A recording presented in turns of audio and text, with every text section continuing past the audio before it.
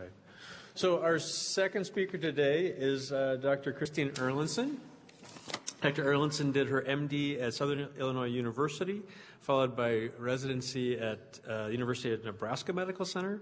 She came to the University of Colorado as a fellow in 2008, did her fellowship and a master's in clinical science here before transitioning to a faculty position in 2013. She currently has joint appointment in the geriatrics department as well as infectious disease, geriatrics division and infectious disease division. The focus of her work is on complications of aging and understanding the mechanisms of successfully aging and HIV infection. She's been extremely successful in the past few years in this pursuit. She's had published multiple high-profile papers, successfully got both K23 and our recent R01 funding, and her most prestigious award that really marks her as a star is she was just named a Department of Medicine Outstanding Early Scholar in the most recent competition. So thank you for being here today.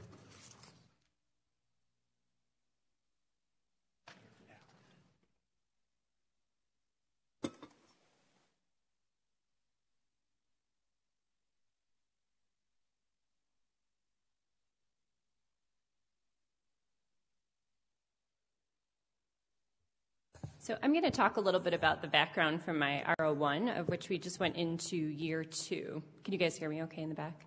Okay. So as some of you may know, the majority of people with HIV are now older than age 50, and many project that proportion will grow even more, with about 70% of the HIV-infected population being over age 50 by 2030. And with that increasing age comes an increasing burden of comorbidities. You can see here with HIV-infected individuals on the left side, HIV-uninfected controls on the right side, there's a greater proportion of individuals that have at least 3 comorbidities or at least 2 comorbidities in the HIV-infected group compared to those that are uninfected. So why focus on physical function in this aging population? Physical function is the main objective of health for older adults is to maintain independence, prevent functional decline, and improve health-related quality of life. Physical function is really a manifestation of the impact of many different comorbidities, such as cardiovascular disease, respiratory dysfunction, neurologic disease, and musculoskeletal disease. In simple assessments like a 4-meter walk, just a short distance across the room, how fast someone can rise up from a chair can be very easily obtained in either the clinical or research setting and are highly predictive of hospitalizations and mortality. So in general, what happens to muscle mass and muscle function with age? There's a decline in both the muscle quantity, or the mass, as well as the muscle quality, or the function, that begins at about age 40. This is probably closer to about 0.5% decline per year at about age 40, increasing to 1% or more closer to about age 70. With age, there's also an increase in fat content, a decrease in contractile ability of the muscle, and a decrease in the proportion of type 2 muscle fibers. Interestingly, the decline in function actually seems to precede the decline in mass. So if you check a DEXA scan or a CT scan, you'd find those declines earlier just by measuring how fast someone could walk across a room or get up from a chair, rather than what you see on imaging. The loss of both function and mass is termed sarcopenia, and that's a strong predictor for increased morbidity and mortality in the general population. Interestingly, these changes are quite visible on MRI. So this shows the MRI of the thigh muscles of a young healthy woman on the left and an older sedentary woman on the right. You can see in the young healthy woman, she has some subcutaneous fat. The muscle is nice and dark, suggesting little fat has infiltrated that muscle. And in contrast, you can see this woman on the right, she's lost some of that subcutaneous fat along the outside. Oh, the arrow doesn't show up there, does it? It's the pointer. No. So on the picture on the left, there's a loss in the subcutaneous fat, and then you can see all the white within the muscle is fat that's then infiltrated the muscle. There's also just an overall loss in the volume of the muscle, and the right compared to the left. And this fat within the muscle is comparable to what you see in a steak. Marbling that you see in a steak makes your your steak tastes better, but it's not particularly good for function. You may get fat that kind of goes both along the outside of your steak or your muscle, and then fat that goes within the muscle fibers, or between the muscle fibers. And this can actually be seen pretty well on just a non-contrast CT scan. So you can see the figure on the top left is a CT scan that was probably obtained for visceral adipose tissue. So it's looking at the spine in the back, and then the psoas muscle along the spine towards the top part of that figure, and then the paraspinal muscles in the back. That nice red tissue is higher density, so higher Hounsfield units, and that shows that it's good muscle, not a lot of fat. As greater amounts of fat infiltrate that, the density goes down, the Hounsfield units turn towards those blue colors. So in this healthy person on the top, there's very little fat within that muscle. It's primarily red, whereas the figure on the bottom has a lot more of that light blue, dark blue, which is fat that's within or surrounding the muscle fibers. And this marbling effect is actually quite clinically relevant, as has been shown in many different studies. Greater fat infiltration or lower density of the thigh muscle has been associated with physical function, impairments, and hip fracture. And then greater fat infiltration of the psoas muscle, as we saw in that CT scan, has been associated with fall risk and physical performance. Importantly, these fat changes are amenable to different interventions. Intramuscular fat appears to decrease with interventions such as exercise, hormone replacement, and weight loss. So how does HIV and its therapy impact skeletal muscle mass and function?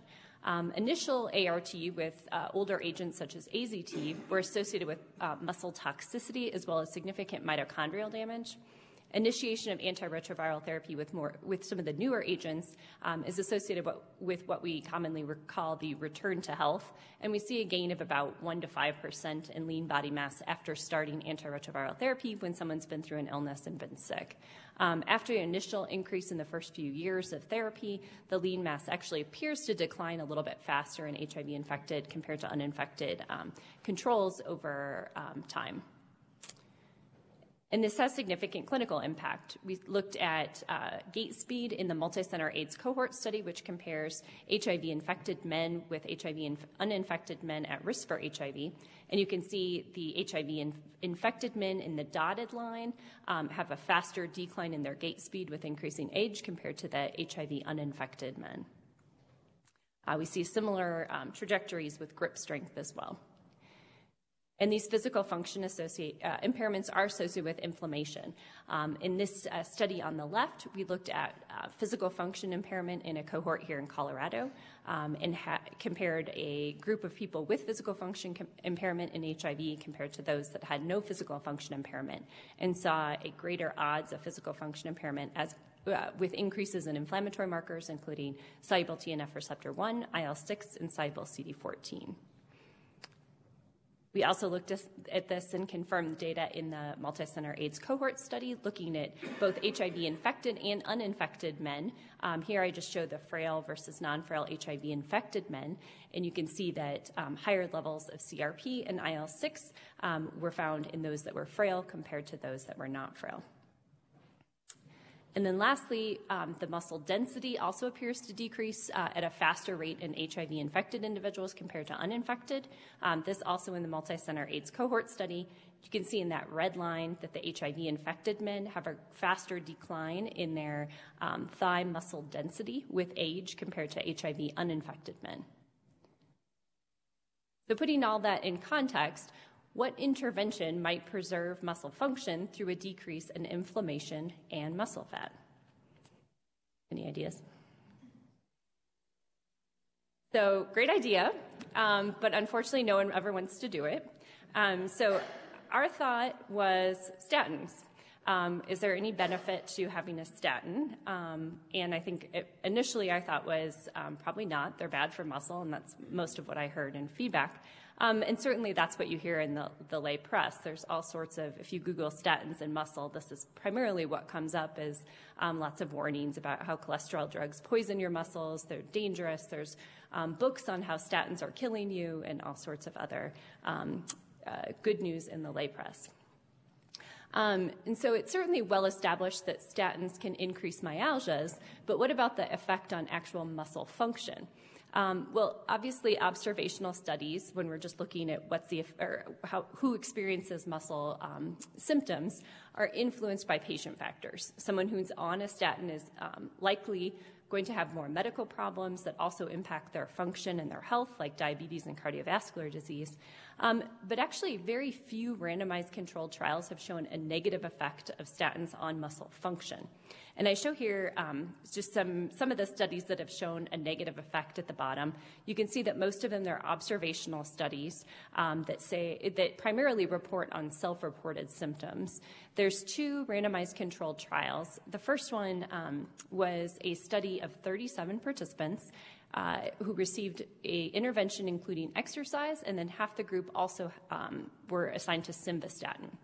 In the simvastatin arm, there was an attenuated exercise response by a measure of exercise endurance called the VO2, so that those that received a statin had less improvement in their VO2. Interestingly, those that were on the simvastatin actually had a greater improvement in their lean body mass, but the authors did not report any measures of strength.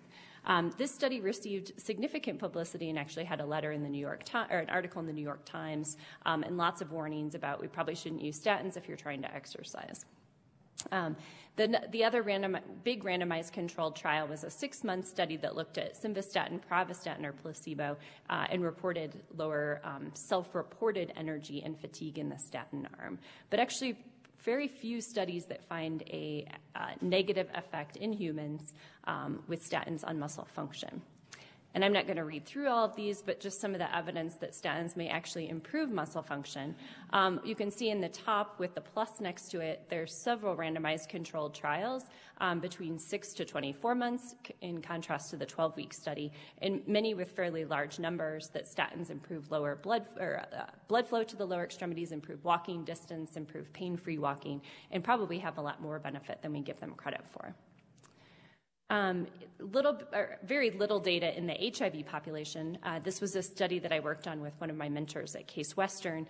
She assigned 147 HIV-infected adults to either rosuvastatin or a placebo. We did not have any measures of physical function in this cohort. We just had measures of self-reported physical activity. There weren't any differences in self-reported physical activity, and you can see the rosuvastatin arm actually had a significant increase in their lean body mass and their leg mass over time compared to the placebo arm. So in general, what are some of the kind of big picture reasons that we might expect statins to have a positive impact on muscle? Well, there's high levels of inflammation that cause muscle damage. Statins decrease inflammation both in the HIV-infected and uninfected population with multiple studies validating that. And therefore, we hypothesize that decreasing inflammation with a statin will keep you looking more like the person on the left and less like the person on the right over time.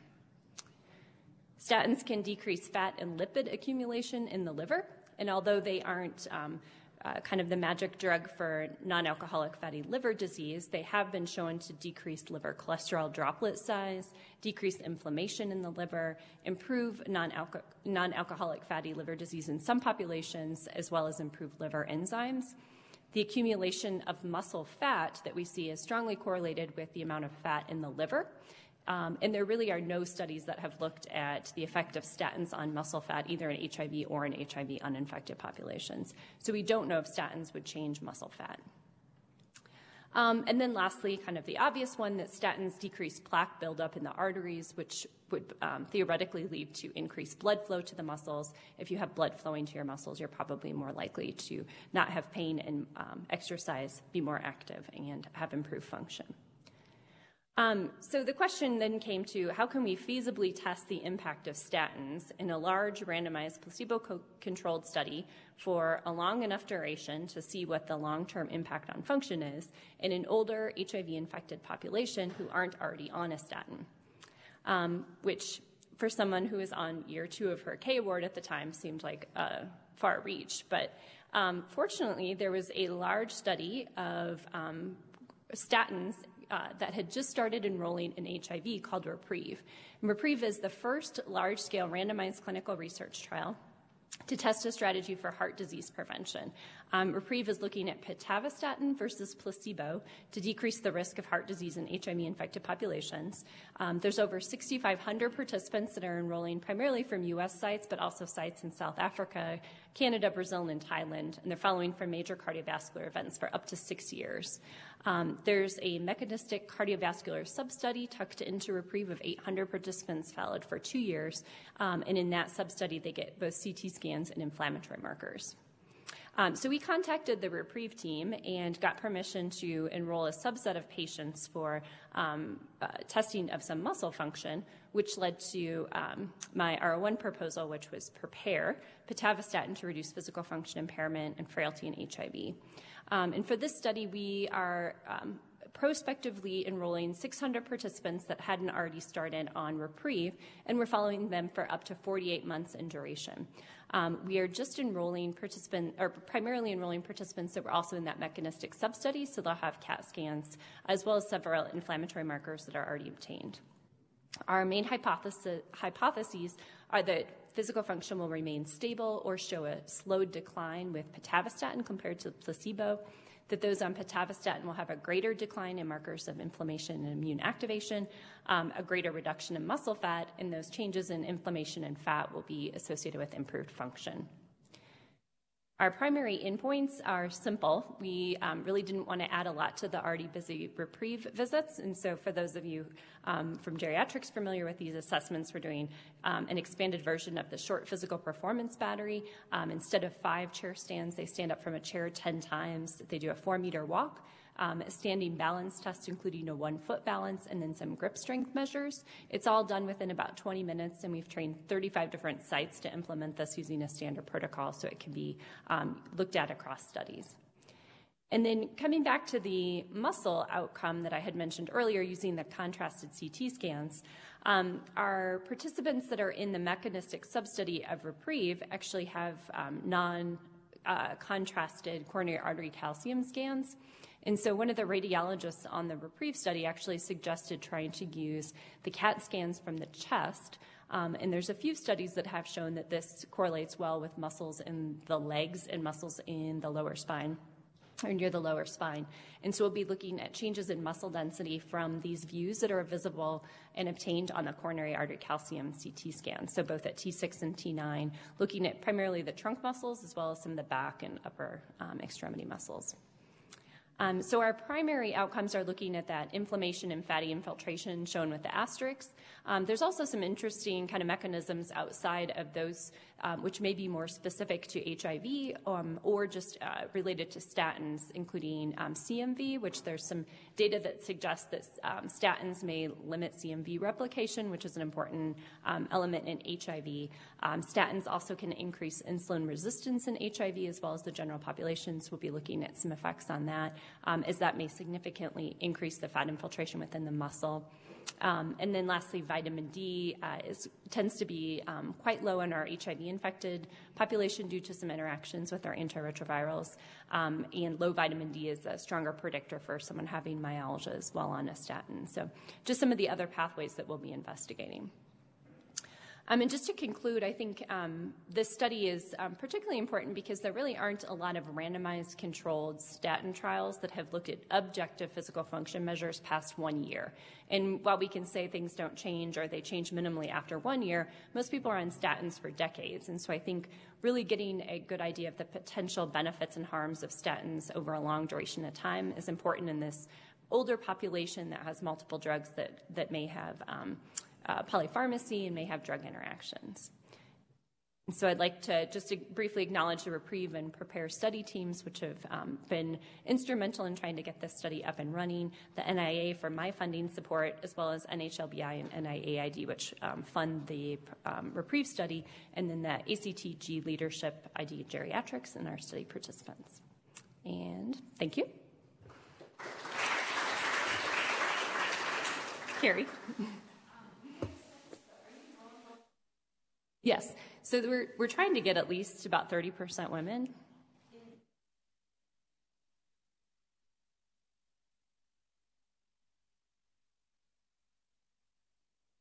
I don't know that, but that's a good question. Yeah, I know we're checking testosterone and we're checking like anti-Müllerian hormone just to look at like a little bit with the hormonal status and how that might relate. But I don't know if Dr. Echo might be able to answer that. Do you know if there's sex differences in statin response? Okay. But yeah, no, that's a good question to divide that out and look at. I think that may have been one of our exploratory objectives to look at the sex differences. So,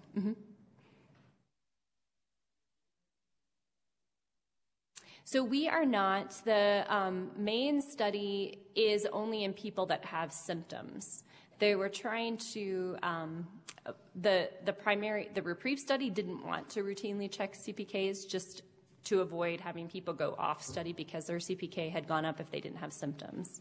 So, I mean, we're getting stored samples. We could certainly go back and check them later in a subset of people based on like those that had improvements or didn't have improvements. But we were allotted about 2 vials of 1 vial of serum and 1 vial of plasma. So we have to be selective as to what we can obtain. But I know it's not being run routinely.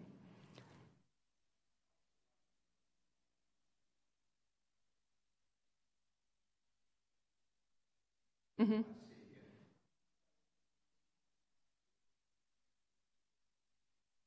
I believe it's 4 that they're getting on the study.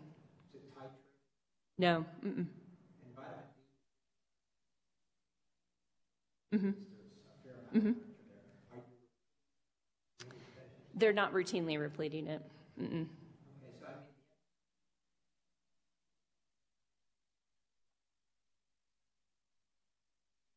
Mm-hmm. Mm-hmm.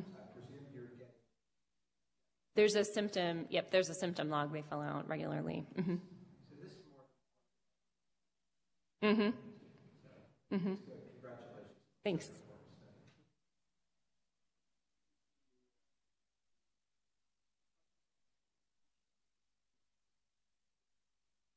Mm-hmm. So A doesn't know that statins.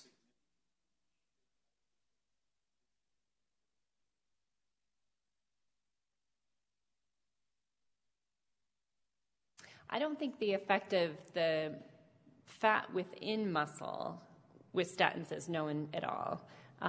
That's kind of at least as far as I could find when I was initially preparing this, I didn't see anything on statin effect on muscle fat. I don't know the data on like visceral fat with statins off the top of my head. But I know it can decrease the liver fat. I don't think that there was a lot on that because I believe that I had. Mm-hmm. Yes, for sure. Mm-hmm. Yes, there's definitely a reduction. And there's several studies even in the HIV population where they randomly assign pitavastatin or a statin, like the rosuvastatin study that I worked on. There was a marked decrease in inflammatory markers with statins.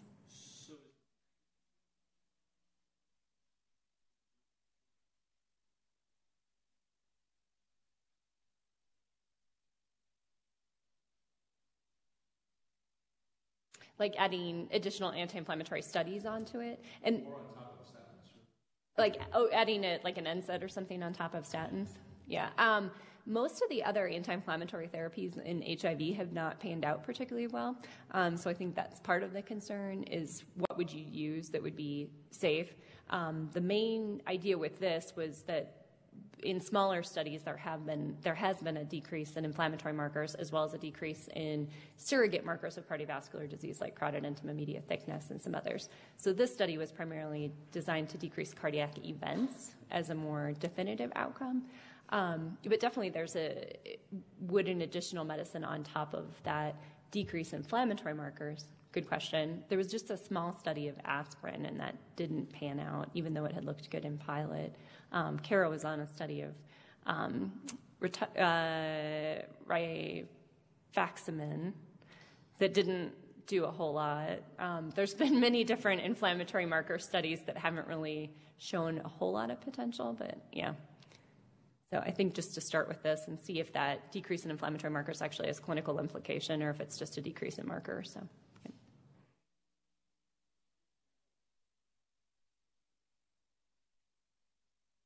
Mm-hmm.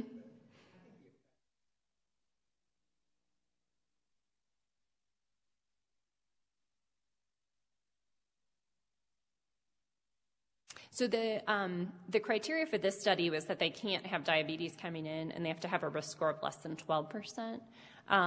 So it was people that didn't otherwise meet strong indication for a statin. So insulin resistance was not a exclusion, but diabetes is an exclusion. So they could have insulin resistance, but I think their A1C had to be less than 6.5 at least. So.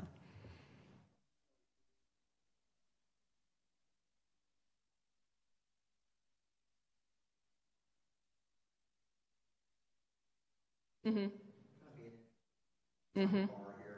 To see if those that were in that pre-diabetic group, with the statins, yeah, and that could certainly be looked at in the overall cohort. Mm-hmm. Yeah, that's a good thought. Thanks.